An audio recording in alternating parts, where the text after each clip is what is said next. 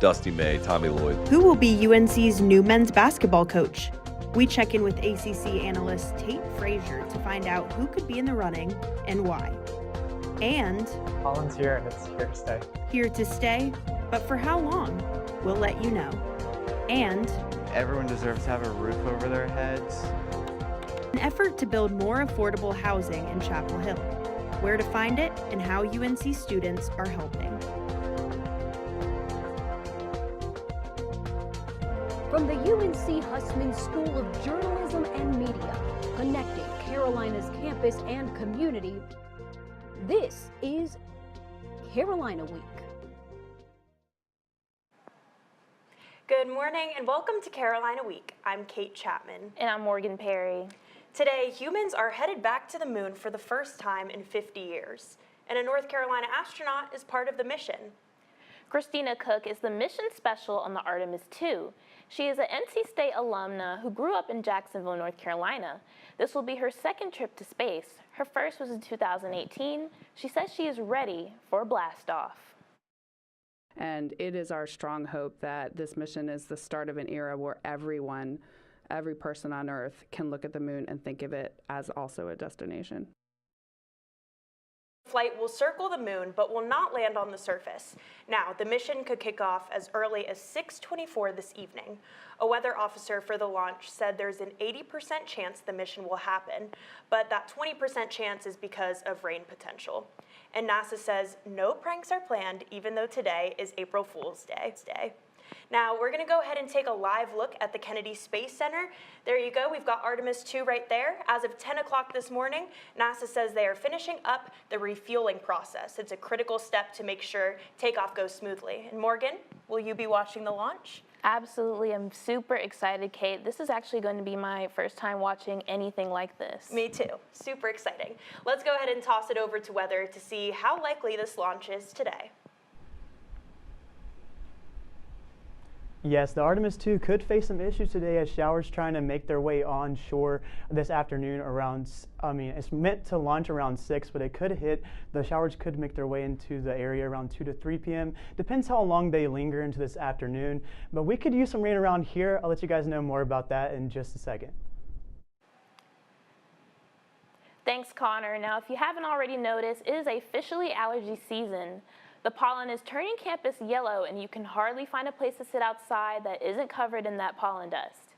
We went to an allergy expert to ask what, if anything, is different about this year's pollen season. Dr. Edwin Kim is the division chief of the Pediatric Allergy and Immunology Department here at UNC Chapel Hill. He explained that the cold winter made this year's pollen feel worse. Specifically this year, why it feels so bad is because we actually had a period of time with no allergies when it got so cold. And so I think all of us kind of forgot about allergies. And then suddenly out of the blue, when everything turned warm, it's all hit us all at once. And so it's almost like we're not prepared for it.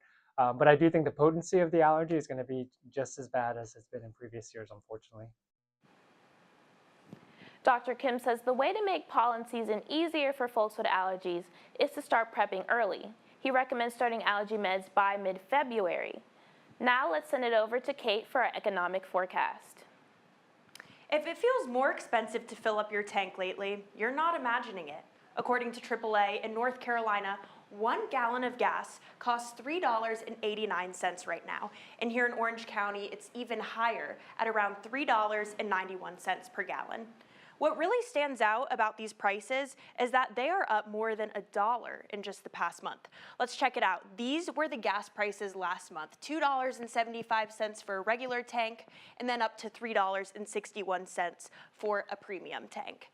And this isn't just happening here. The national average for a gallon of gas has crossed the $4 mark. It's the first time since 2022. Now, switching gears, let's talk about jobs. The Bureau of Labor Statistics came out with new data about job openings. The national unemployment rate right now is sitting at about 4.4%, which looks fine on paper compared to these other previous years. But when you dig a little deeper and check out the hiring rate, that's when things get a little concerning. So the hiring rate is sitting at around 3.1% right now. That's down 0.3 from last month. And the last time it was this low was 2020 when the pandemic hit. So this doesn't necessarily mean that people are losing jobs, but it does mean companies are slowing down when it comes to hiring. That can be an early sign that the job market is starting to cool off. And we're starting to see some of that just next door. Epic Games announced it's laying off more than 1,000 employees, including 200 in Cary. The company says it's due to a downturn in Fortnite engagement that started in 2025. So there's no longer a need for as many jobs to support Fortnite.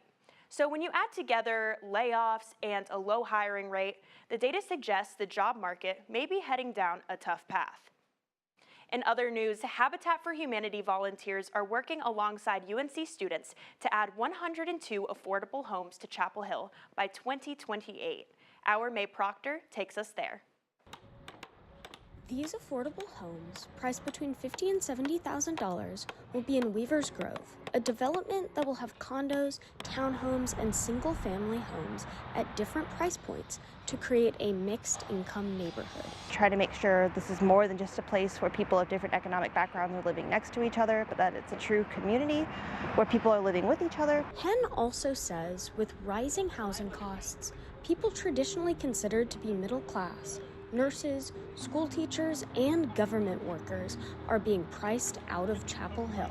According to the North Carolina Budget and Tax Center, 32% of renting households in Orange County spend more than half their income on rent, and it would take someone working at minimum wage almost 200 hours a week to afford the rent of a 2-bedroom home.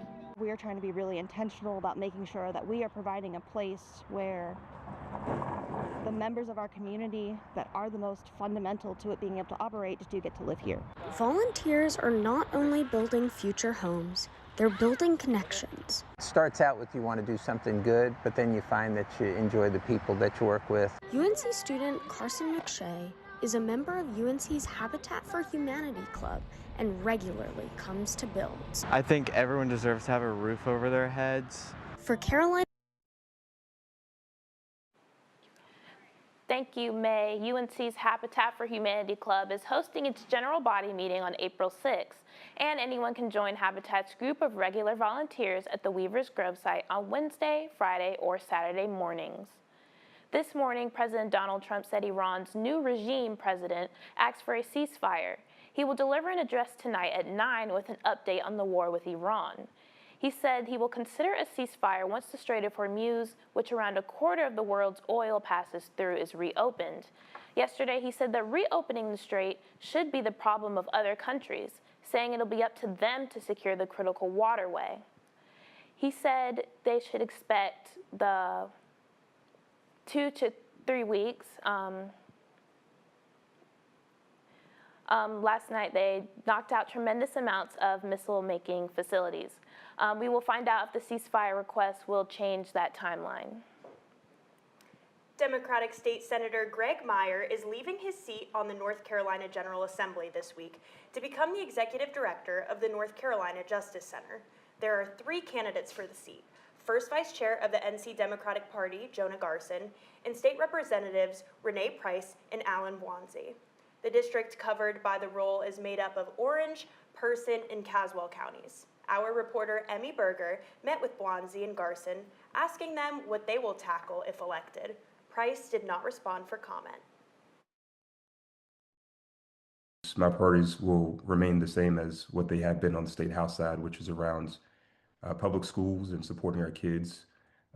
It's around making sure that we're doing everything we can to make healthcare access affordable and accessible for folks, and then also our environment. We have to deliver a budget for people. I mean, there are people right now who are trying to plan critical social and behavioral health supports for people, or education funding and stuff. They're planning their own local budgets. Without a state budget, we are screwing people. The decision will be made by a committee made up of 2 representatives from each county in the district in a virtual meeting this Saturday. Now, unsurprisingly, some of the fastest growing areas by population are in North Carolina, according to U.S. Census data. Data from the 2025 U.S. Census shows the Raleigh-Cary metro area grew by about 2.4% since 2024. It's now the 10th fastest growing area in the country. Wake County itself grew by more than 127,000 people since 2020, making it the 5th fastest growing county in the country. Overall, the region grew by about 13% since 2020. Though North Carolina is still growing, the pace has slowed. According to the U.S. Census Bureau, that's because the number of immigrants coming into the country has significantly declined. North Carolina immigration advocates are concerned about detentions at military bases. According to Siembra NC Alonso Delgadillo Perez, a Mexican immigrant who lived in the U.S. for 26 years was detained after GPS led him to a checkpoint near Fort Liberty. In a Zoom call with Siembra, family members of Alonso say officers did not ask for a driver's license and immediately asked for federal documents and Social Security numbers. Alonso speaks limited English, according to relatives, and was quickly detained and moved to ICE custody at Stewart Detention Center in Georgia, according to Siembra. Just add some type of awareness. Hey, do not enter. Please turn around. This is your last chance to turn around and stuff like that. I mean, even if you translate it, I think that would help a lot of people. Or like, no entry, just military personnel, or just signs that will help. Not just, the Hispanic community, but just any community, especially, how things are right now in this world right now. Siembra says it's tracked at least 11 similar cases in North Carolina since late 2025 and is urging federal officials to clarify the legal basis of these detentions. Carolina Week reached out to the ICE and Department of Homeland Security by email and did not receive a response. Now coming up on Carolina Week, the men's basketball coach was let go last week. We take a look at who might replace him. And a new student mural is on display in the Haynes Art Center. What's behind the artwork when we come back?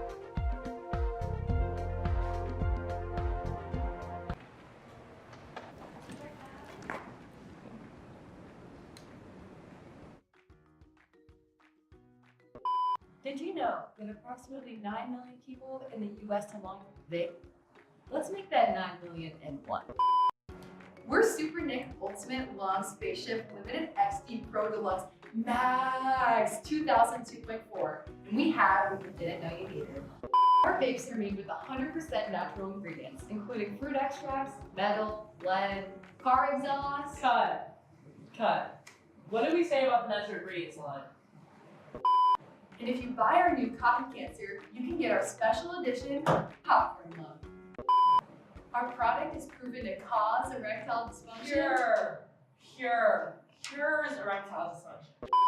Are you tired of living your best life? Want to feel anxious, out of touch, and depressed? Cut! Are you even reading the script? Why lose just one lung when you can lose 2?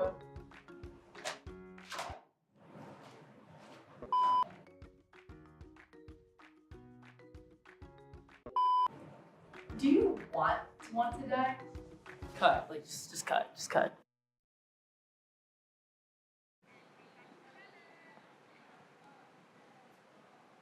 Welcome back to Carolina Week. An update in the landmark social media addiction lawsuit we covered last week. A Los Angeles jury found Meta and Google liable for harming a young user's mental health. The court says Meta and Google are responsible for creating addictive platforms. The court will require Meta and Google to pay $6 million to the young girl who wasn't named in court documents because of her age. Now, Meta will have to pay $2.1 million of that, and Google will have to pay the remaining $900,000 in punitive damages. This is because the jury didn't find the two companies equally responsible for the harm. The other $3 million are being paid in compensatory damages. Two specifically addictive features, infinite scroll and autoplay. This is considered a bellwether trial, meaning the outcome could help shape thousands of similar cases moving through the courts. They are going to have to adjust how their algorithms work and how their systems are set up to monetize the platform. Now, both Meta and Google say they will appeal the decision, but if upheld, companies could face pressure to change how their platforms are designed, especially for young users. Now let's go ahead and head back to weather. Connor Driver is joining us live from NC State with the weather today. Connor? Thank you. It's April 1st. Happy April 1st. Thankfully, the weather is not playing too many tricks on us today. We're going to warm up to around 83 at 3, so it's going to be another warm day. 75 around lunch, so if you're heading out outside, it should be nice for your lunch. And then 78 at 7 tonight, so cooling off a little bit, but it's not going to be long sleeve weather. And we're having some drought conditions because of these warm and dry conditions. So we have severe drought across a lot of the state here, Wake County, Orange County, Durham County, stuff like that. Then we have an extreme drought across a lot of the northwestern part of the state and also the southwestern part of the state down here. And that's really not going to get relieved anytime soon. We might have some showers tonight, but you can see they're pretty isolated to our west and also to our south down here. So nothing really considerable around the triangle. And actually, we're only expecting around 0.02 inches in the middle part of the state. So it's not going to be enough to relieve any of those drought conditions or any of that pollen, at least through Friday.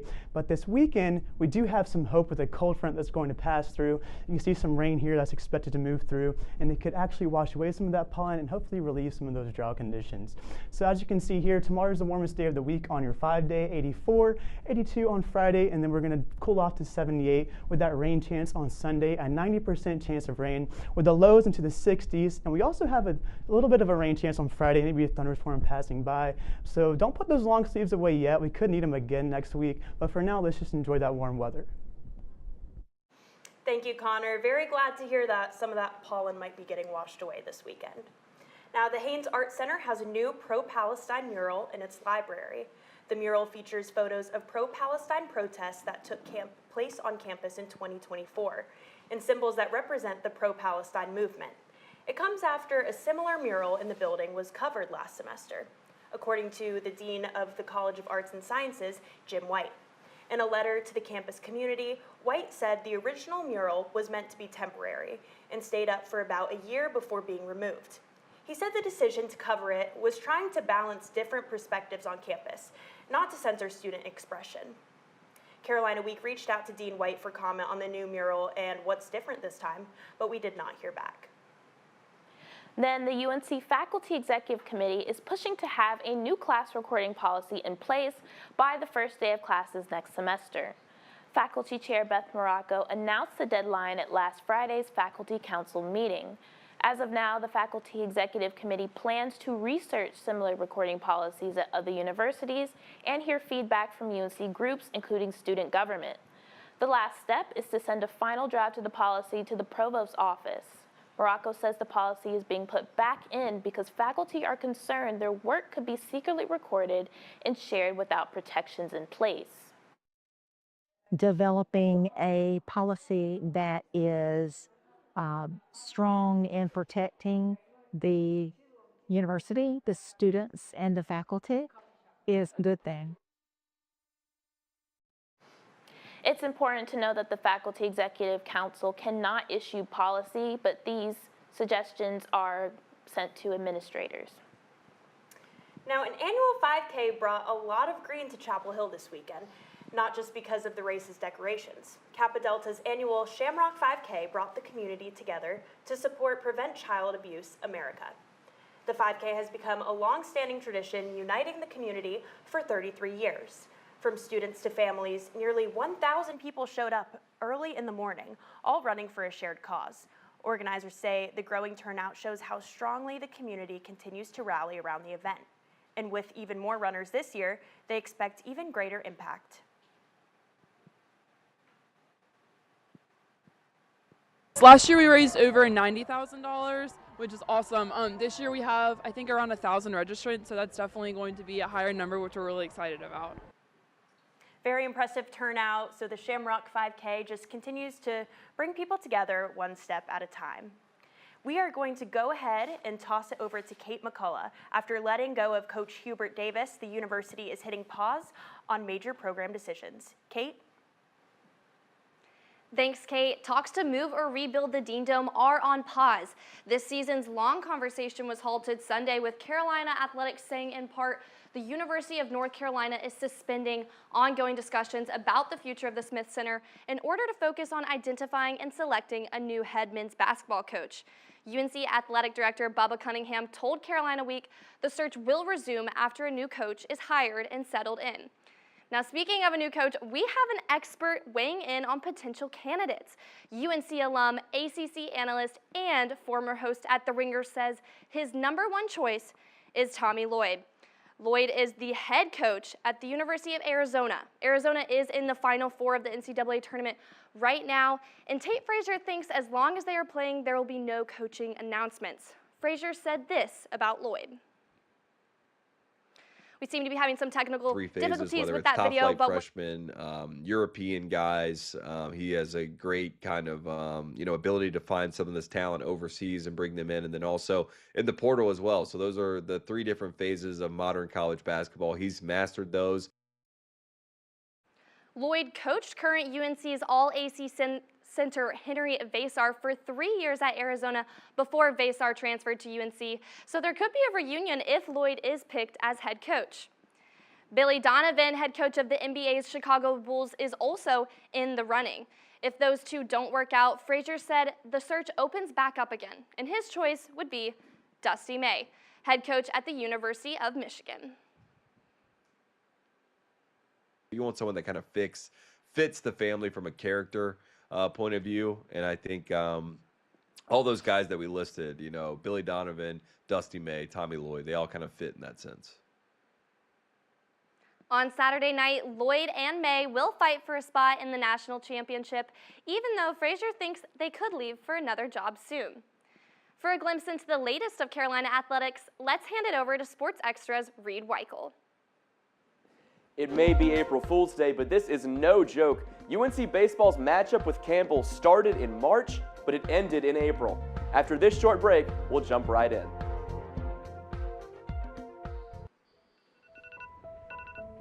Yoicks.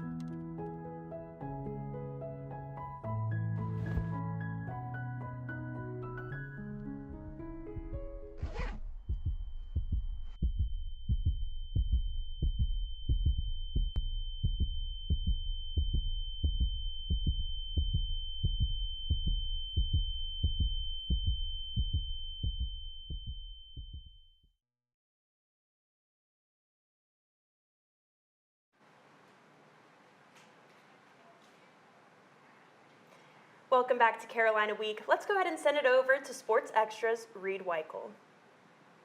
Well, it was a long, late night for the number 6 Diamond Heels in their matchup with Campbell. Carolina got on the board early with a leadoff homer from Gavin Gallagher, but the Fighting Camels answered with 3 in the second.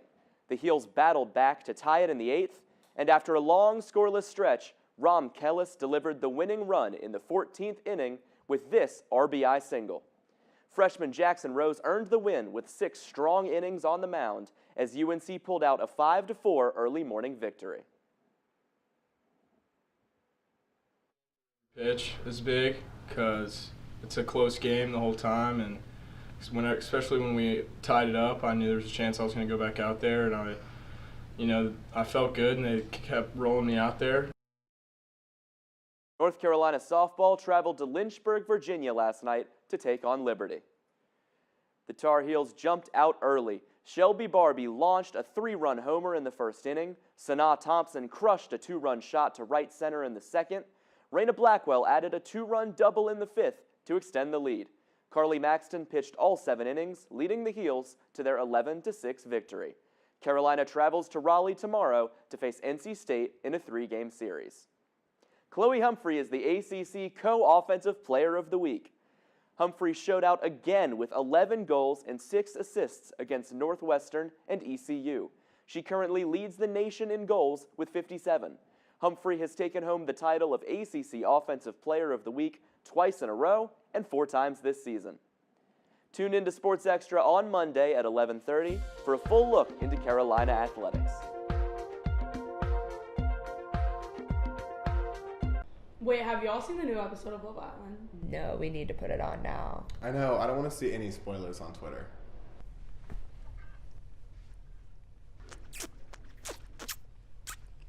Is that blue raz? Can I get a hit?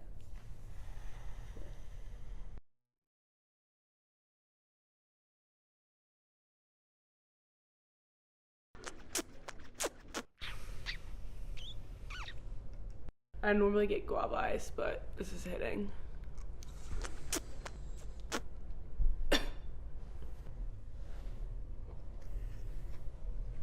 I'm gonna go outside and get some air.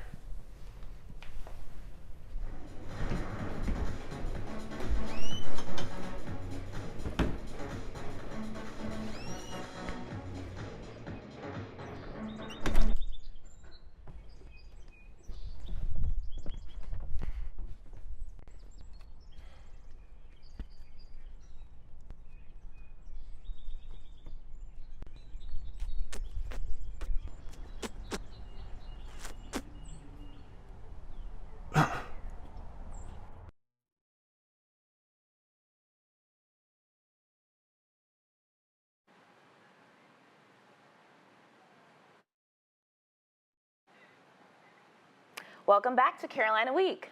The number of people with food allergies is rising, according to the National Institute of Allergy and Infectious Diseases. Today, the Institute estimates that around 1 in 10 American adults have a food allergy. UNC Chapel Hill's dining halls have allergen-free stations. Demand for allergy-friendly options rose with the number of people getting diagnosed with food allergies. Dr. Edwin Kim, the same allergy expert we spoke with about pollen, says there's a generational gap in the percentage of people with allergies. That's because there's a higher allergy rate in younger generations. Kim has 3 kids, all with nut allergies. He says there are a few different theories out there to explain the reason for allergy numbers rising. One of those is that a trend meant to keep kids safe from allergies actually backfired.